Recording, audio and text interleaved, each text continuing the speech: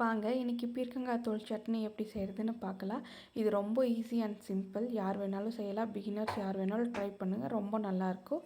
சாதத்துக்கு போட்டு சாப்பிட்றக்கும் நல்லாயிருக்கும். ஃபஸ்ட்டு ஒரு கடாய் வச்சு அதில் எண்ணெய் ஊற்றிக்கணும். எண்ணெய் காஞ்சதும் நம்ம இந்த சீவி வச்சுருக்கிற பீர்க்கங்காய் தோல் போடணும். அதை ஒரு 2லேருந்து 3 நிமிஷம் நல்லா ஆயில்லையே ஃப்ரை பண்ணணும்.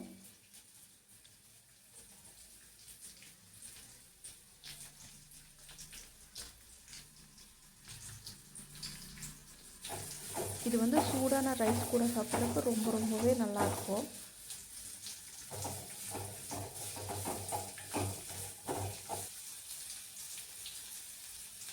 அது ஆயில்லையே அப்படியே ஃப்ரை ஆகிட்டுருக்கட்டும்.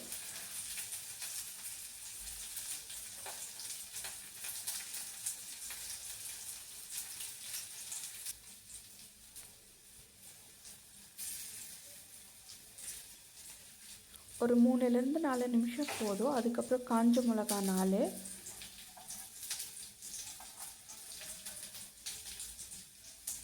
ஒரு 10 பல் பூண்டு,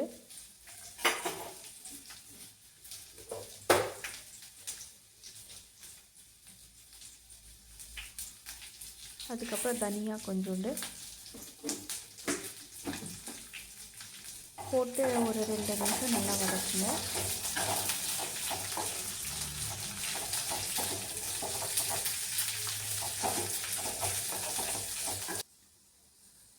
அதுக்கப்புறம் கொஞ்சோண்டு கல்லுப்பு, புளி,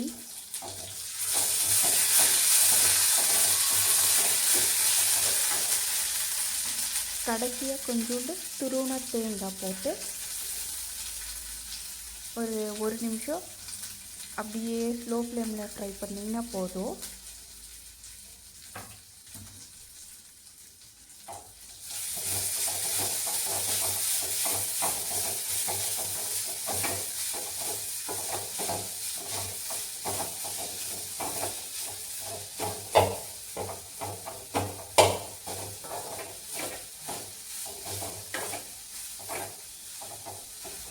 அதுக்கப்புறம் ஒரு 5 மினிட்ஸ் ஆற வச்சு அரைச்சிங்கன்னா பீர்க்கங்காய் சட்னி ரெடி.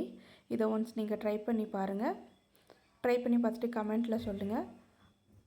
அப்படியே உங்களுக்கு எந்த மாதிரி ரெசிபீஸ் வேணும் அப்படிங்கிறதுலையும் அதில் சொல்லுங்கள். எங்கள் சேனலை சப்ஸ்கிரைப் பண்ணிவிட்டு லைக் கொடுங்க.